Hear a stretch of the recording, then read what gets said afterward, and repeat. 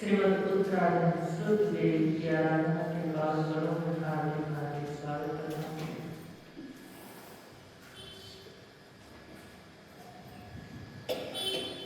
अपने अपने सौभाग्य को सराहें।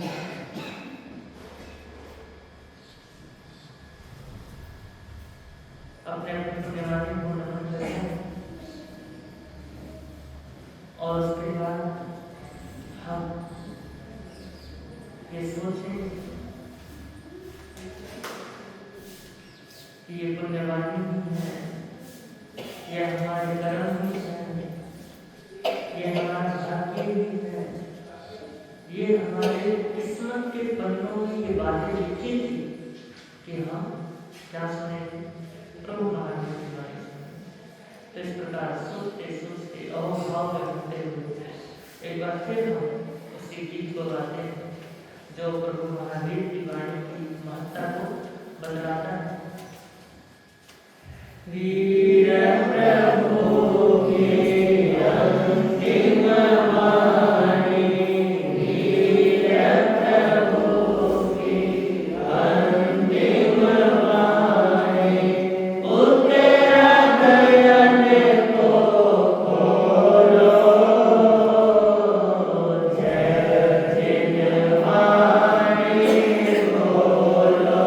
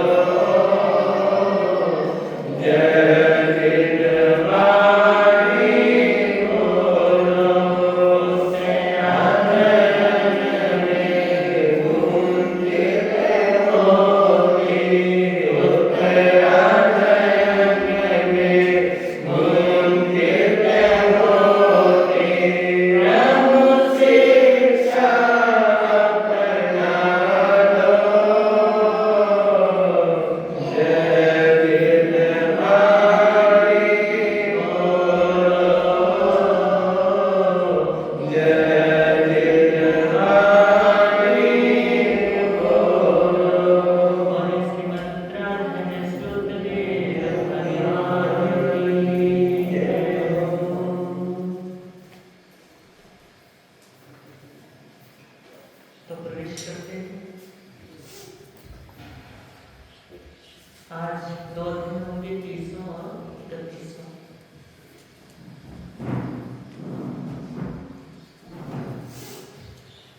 जहाँ उपावन संभव राग दोष समझिय भागे तब सभी कुत वेद मानो सो पाणी गान मुसावय अनंत में गंगर गायो राई भोजन गिर जीवो हवाई अनस पंच समियो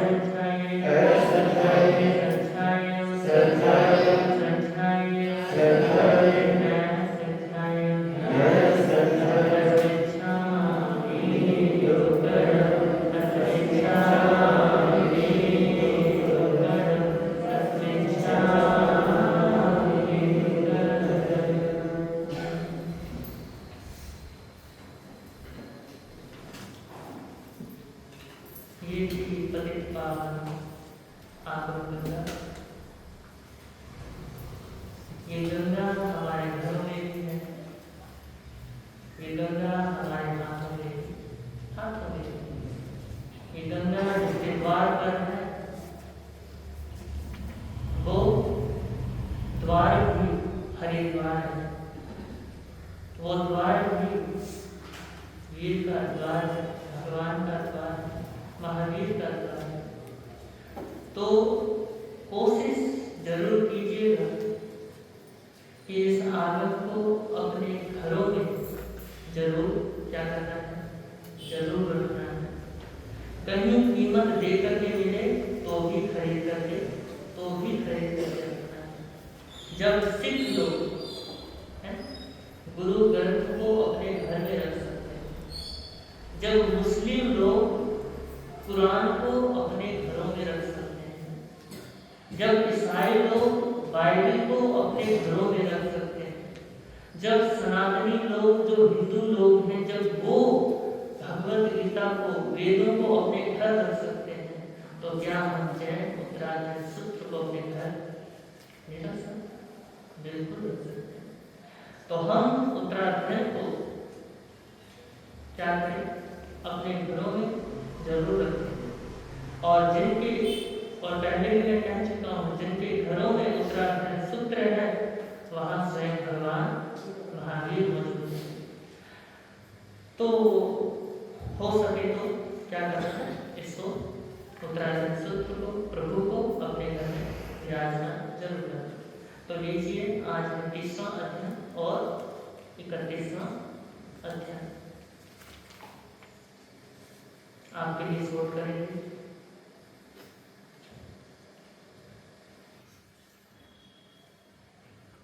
30वां अध्याय है तपोमार्ग गति।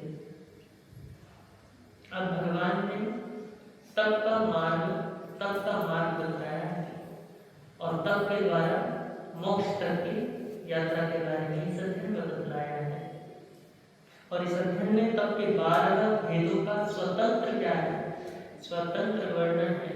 और इस अध्ययन के अंदर जैनिज्म के अंदर जितने भी तप साधना है सारी की सारी साधना इसके अंदर क्या है, प्रलोभित है।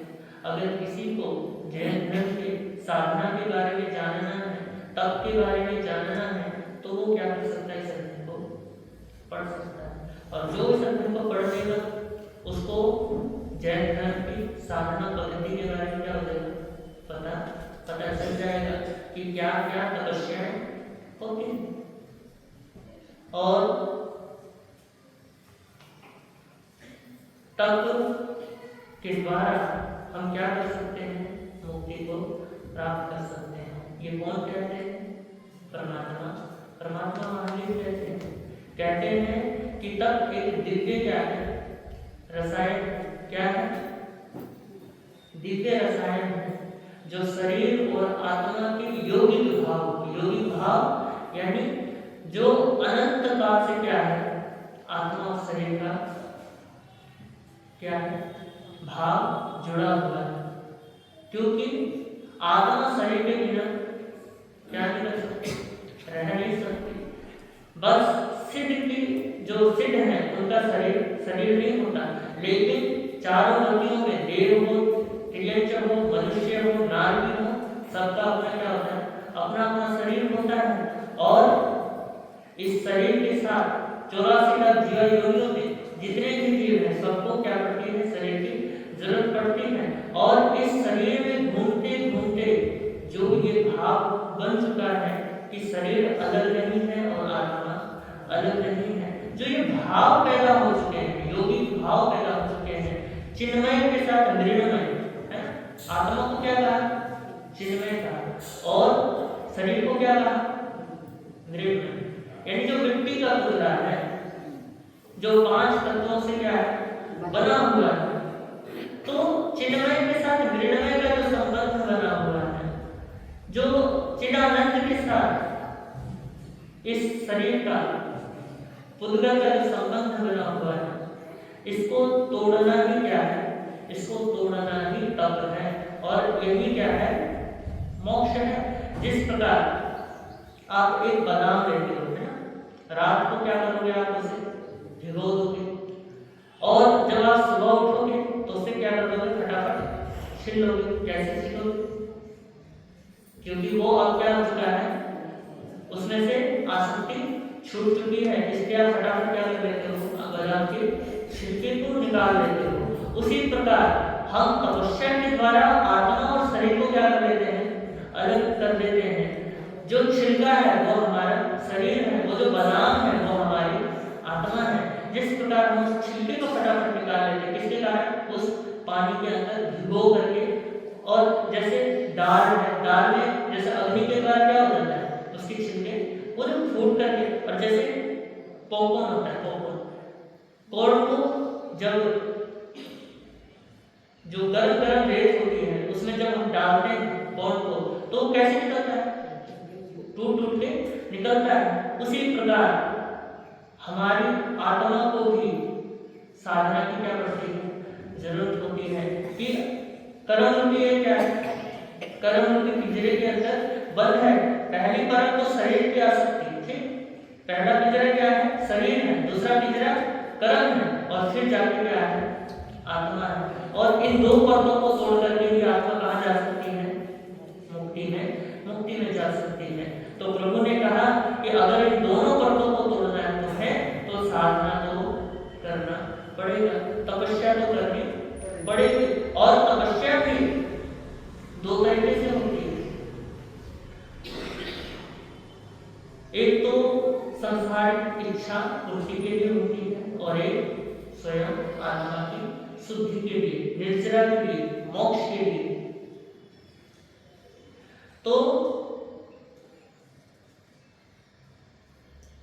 आप किस प्रकार की साधना करते हो? संसार की इच्छा के लिए करते हो या अपनी आत्मा के लिए करते हो? ये आप खुद सोचिए। क्योंकि भगवान के द्वार पे जाते हो तो भगवान से पाने को जाते हो, भगवान को पाने नहीं जाते। देखो थोड़ा सा अंतर है। भगवान के द्वार पे जाते हो तो भगवान को पाने नहीं जाते, भगवान से पाने जाते। और ये जो पाना है, यही तो क्या है? यही तो आसक्ति है। तो क्या करना है हमको? इन आसक्तियों से हटना है। किसके द्वारा? तपस्या के द्वारा। प्रभु कहते हैं अगर तुम्हें संसार में भटकना है, तुम्हें मांगना है, तुम्हें साधना करके संसार की इच्छाओं को प्राप्त करना है, तो तुम संसार में क्या करते रहोगे? भटकते रहोगे। संसार की इच्छा के लिए तुम साधना करते रहोगे तो तुम्हारा संसार कभी कम होने वाला नहीं है। और जब तुम अपनी आत्मा के लिए साधना करोगे, तब तुम इस संसार से क्या हो जाओगे? मुक्ति हो जाओगे। तो भगवान ने ये 2 बातें बताई हैं, और उसके बाद भगवान ने साधना की कई पद्धतियां क्या करी? बतलाई हैं। कितने प्रकार की पद्धतियां? 12 प्रकार की। कितने? 12। और 12 के लिए अनेक भेद किए, लेकिन मेन क्या है? 12 है। 12 समझ जाओगे तो अनेक सारे क्या हो जाओगे? सारे समझ जाओगे। तो भगवान ने 12 भेद के जरिए उन्होंने कहा कि अगर तेरे से ये तपस्या नहीं होती तो ये तो कर सकता है। क्योंकि इंसान बहुत क्या करता है? बहाने बनाता है। इसलिए भगवान ने हर छोटी छोटी साधना को क्या किया है? अपने तपस्या में जोड़ा है। और सबसे जो पहली जो साधना है, 2 प्रकार की साधना बताई, बाह्य और आभ्यंतर। तो बाह्य सबसे पहले क्या लेते हैं? बाह्य लेते हैं। तो पहली जो साधना है अनशन यानी उपवास करना, यही क्या है? एक साधना है। और यदि उपवास ना हो, है ना, अगर उपवास आपसे नहीं हो रहा है तो भगवान जी का कोई बात नहीं, एक और तपस्या बतला देता हूँ, उन्नोदनी करो।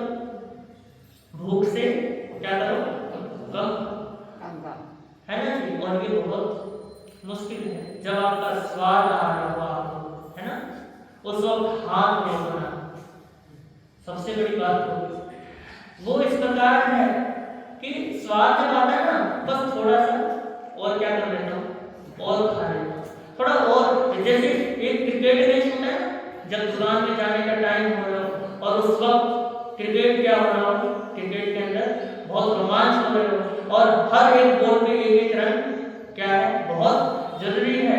और उसके बाद वो बंदा कह रहा है कि चल भाई दुकान में जाना टाइम हो रहा है, लेकिन आप कह रहे हो रुकना, अभी एक बॉल और क्या कर लेता हूँ, एक बॉल और देख लेता हूँ। और ऐसे करते करते क्या होता है, समय बीत जाता है, पता ही नहीं चलता। जैसे वो संसार का दर्शन कराते हैं कि पेड़ में क्या है, बंदा लटका हुआ है, मधुमक्खी के छत्ते से एक एक बूंद क्या हो रहा है, टपक रहा है, नीचे मौत है और देव क्या है, खड़ा है, कह रहा है कि भैया तू क्या है, मेरी गाड़ी में आ जा, मैं तुझे ले चलता हूँ। लेकिन वो कह रहा है नहीं, एक बूंद और, एक और बूंद और।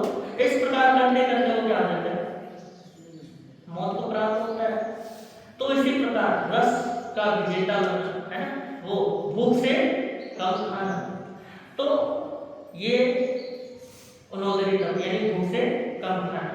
और फिर आता है भिक्षाचर्या, मांग करके लाना, मांग करके खाना। हम जो भिक्षाचर्या करते हैं ये भी क्या है, ये भी एक तपस्या है। और फिर चौथा जो बता रहे हैं प्रभु, रस परित्याग, है ना, रस परित्याग यानी क्या करना, रूखा सूखा मिले वो भी क्या करना, उसको स्वीकार करना।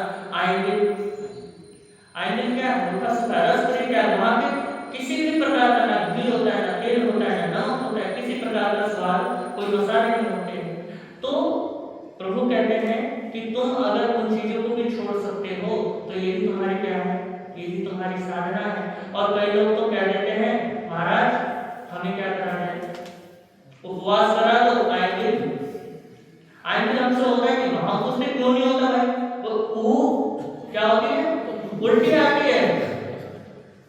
तो इस प्रकार से कहते हैं। तो ये पता नहीं उपवास भी पता नहीं कैसे करते हैं, लेकिन आइंदिल ना करके उपवास करना उन्हें अच्छा लगता है। लेकिन भगवान कहते हैं कि भैया आइंदिल करना भी क्या है, तपस्या है, और ये सबसे बड़ी तपस्या है। तो रस परित्याग करना सबसे बड़ी तपस्या है। और फिर काया को क्या देना, कष्ट देना। कई प्रकार के भगवान ने आसन बतलाए हैं, कई तरीके से बैठने के तरीके बतलाए हैं। गोदुहा आसन बतलाया है, वज्रासन बतलाया है, पद्मासन बतलाया है। और रही बात आप लोगों की, पता नहीं आप लोग कुर्सी में बैठते हो तो पद्मासन भी लगा पाते हो या नहीं लगा पाते हो, नहीं लगा पाते। और रही बात नीचे बैठने वालों की, अगर वो उठे तो हाय तो मैं मर गया, इस तरह से बोलते। ये क्यों होता है, क्यों होता है? ये इसलिए होता है क्योंकि हमने अपने शरीर को क्या कर रखा है, हर जगह हर तरफ सुख ही सुख क्या करते हैं, शरीर को देते हैं। तो शरीर सदा नहीं है, इसलिए सारी दिक्कतें आती हैं। और जो पद्मासन करता है ना जी, उनको डिस्क की प्रॉब्लम, कमर की प्रॉब्लम कभी नहीं आती। तो इसलिए कोशिश क्या करो, थोड़ी देर से 2 मिनट 1 मिनट ऐसे करते करते क्या करो, टाइम बढ़ाओ, अपने आप क्या हो जाएगा, कमर का सारी दिक्कतें खत्म हो जाएगी। तो भगवान ने कई आसन बतलाए हैं। और लोच हो गया, नंगे पांव चलना, धूप में आतापना लेना, ये सारे किसमें आ गए, कायक्लेश तप में आ गए। तो ये है कायक्लेश तप। और प्रतिसंवेदना, लास्ट में छठा तप बतलाया है बाह्य तप में कि जो भी हमारे शरीर की आवश्यकता है ना जी, उनको क्या करते चले जाना, कम करते चले जाना, यानी धीरे धीरे सब चीजों को छोड़ते चले जाना। जैसे हमारे दिगंबर संत विद्यासागर जी महाराज अंत समय में उन्होंने सब चीज का क्या कर दिया था, सब चीज का त्याग कर दिया था। उन्होंने चटाई का भी त्याग कर दिया था, खाने में से दाल रोटी वगैरह छोड़ दिया था, बाकी सारी सब्जियां सब चीजों को क्या कर दिया था, उन्होंने त्याग कर दिया था। तो इस प्रकार से शरीर की जो आवश्यकता है उनको क्या करते चले जाना, कम करते चले जाना, ये प्रतिसंवेदनता तप है। और फिर आंतरिक तप में प्रवेश करते हैं। प्रभु ने कहा कि बाहरी तत्व तो तुमने कर दिया, अब क्या करते हैं, आंतरिक तत्व के बारे में बात करते हैं। सबसे पहला तत्व बतलाया प्रायश्चित। क्या? प्रायश्चित। प्रायश्चित का मतलब है आलोचना। क्या करना? आलोचना करना। जो तुमने पाप किए हैं उनका प्रायश्चित लेना, उनकी आलोचना करना, निंदा करना, गर्हा करना, और फिर तुम्हारे अंदर के जो दोष है वो क्या हो जाएंगे, दोष निकल जाएंगे, वही तुम्हारी क्या हो जाएगी, तपस्या हो जाएगी, क्योंकि कर्म निष्ठा हो जाए, वो भी तो एक प्रकार के तप में गिना गया। तो फिर प्रभु ने कहा कि ये प्रायश्चित तप है कि कोई अपनी बुराई को कहे, ये सबसे बड़ी बात है, क्योंकि हर कोई अपनी बुराई को नहीं बताता। तो प्रायश्चित करना, आलोचना करना। फिर आता है विनय, गुरु के प्रति विनय भाव रखना। विनय के बारे में आपने सुन ही लिया है। और फिर आता है वैयावृत्य। वैयावृत्य यानी सेवा, शुश्रूषा करना, यानी गुरु की क्या करना, सेवा करना। और वैयावृत्य ये नहीं है कि शिष्य की क्या करे, गुरु की सेवा करे। वैयावृत्य में सब तरीके से सेवा होती है। गुरु भी क्या करे, शिष्य की सेवा करे, और शिष्य भी गुरु की सेवा करे। और यहाँ तक कि नवदीक्षित की भी क्या करते हैं, नवदीक्षित की भी सेवा करते हैं, और नवदीक्षित भी गुरु की सेवा करते हैं। तो इस प्रकार से कई प्रकार की सेवा हो सकती है। जरूरी नहीं है कि अगर मैं बड़ा हो गया और दूसरा नवदीक्षित है तो मैं उससे क्या करूं, सेवा करूं।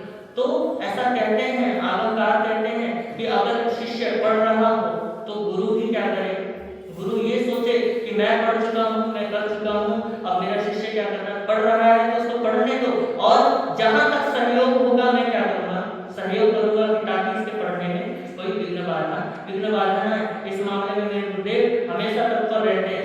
मैं जब भी पढ़ रहा हूँ तो मेरे को कभी कोई सेवा नहीं बताते कि तू मेरे लिए ये कर, तू मेरा पैर दबा, तू मेरा ये कर, कभी कुछ नहीं कहते।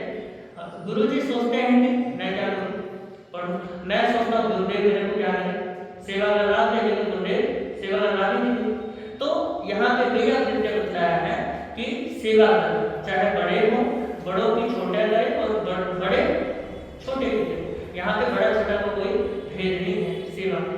तो स्वाध्याय, चौथा होता है स्वाध्याय, वाचना परीक्षणा परिवर्तन।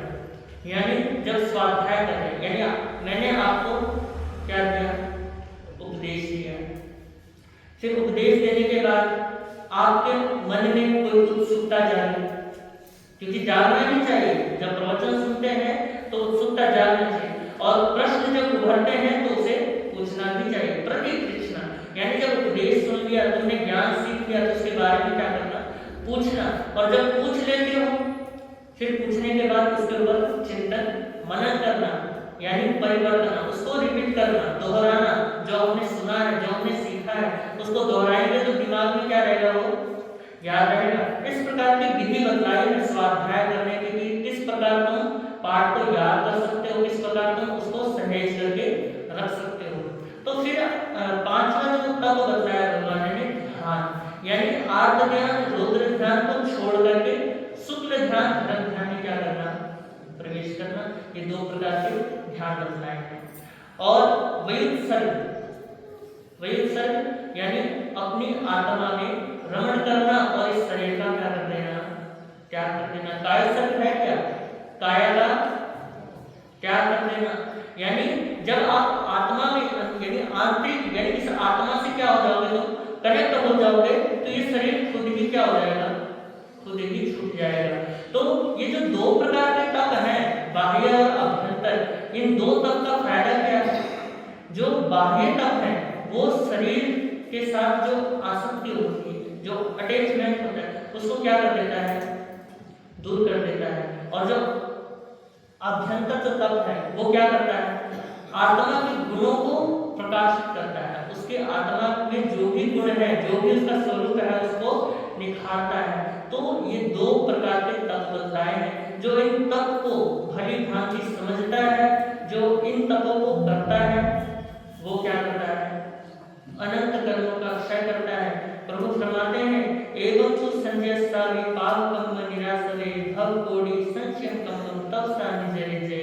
यानी पाप कर्मों के आशा को रोकने पर संयमी को करोड़ों भवों के जो पाप उसने बांध रखे हैं वो क्या कर देता है, केवल इन 12 प्रकार के तपों से निर्जरा कर देता है।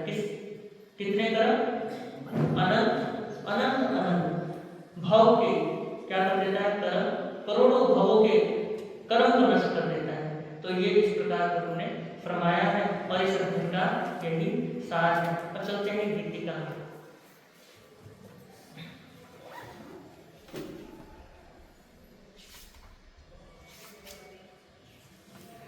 देह के निज आत्मा से संग को पहचानना, करने भी लगे उस संग को तब मार्ग को है जानना।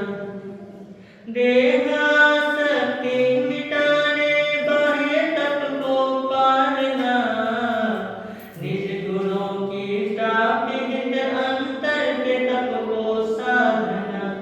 निज गुणों की प्राप्ति हित अंतर के तप को साधना। वीर प्रभु की अंतिम वाणी, वीर प्रभु के अंतिम वाणी, सुन लो सुना लो, जीवन धन्य बना लो, जीवन धन्य बना लो। राग द्वेष से संचित होते पाप कर्म दुख भारी, कर्म क्षीण हो जाते तप से तप की महिमा न्यारी। तप है मोक्ष मार्ग अवलंबन, तप है मोक्ष मार्ग अवलंबन, इसका ज्ञान करा लो, जीवन धन्य बना लो, जीवन धन्य बना लो। तप के भेद कहे प्रभु ने दो, बाह्य और अभ्यंतर, छह छह भेद कहे दोनों के, आत्महित में शुभ कर। तप के भेद प्रभेद समझ कर, कर्म भस्म कर डालो, जीवन धन्य बना लो, जीवन धन्य बना लो। उत्तराखंड में गुंजित होके, उत्तराखंड में गुंजित होके, प्रभु शिक्षा अपना लो,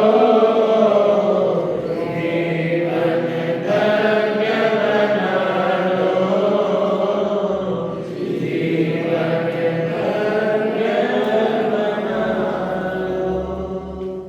31वां अध्ययन चरण विधि।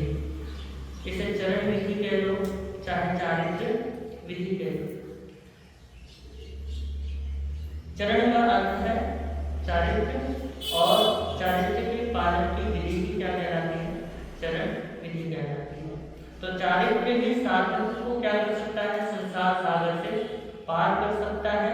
इसीलिए शास्त्रकार ने इस अध्ययन की प्रत्येक गाथा के अंत में क्या लिखा है, सेना अच्छई मंडली, यानी वह साधक फिर संसार की सीमाओं में क्या नहीं होता, संसार की सीमाओं में नहीं रुक पाता, अर्थात मोक्ष को क्या कर लेता है, मोक्ष को प्राप्त कर लेता है। और यह क्या कहा गया है, प्रतिज्ञा पूर्वक कहा गया है, यानी दावे के साथ कहा गया है। और चरित्र पालन के लिए शास्त्रकार कहते हैं, एगो गिरेन पूजा एगो यह पवंतन, यानी साधक को एक ओर से क्या करना चाहिए, निवृत्ति करनी चाहिए, और दूसरी ओर अच्छे कार्य के लिए प्रवृत्ति करनी चाहिए। अर्थात असंयम से निवृत्ति, संयम में प्रवृत्ति। यानी भगवान ने कहा राग दोष ये दो पाप है ना जी, ये दो क्या है, राग और द्वेष दोनों पाप है।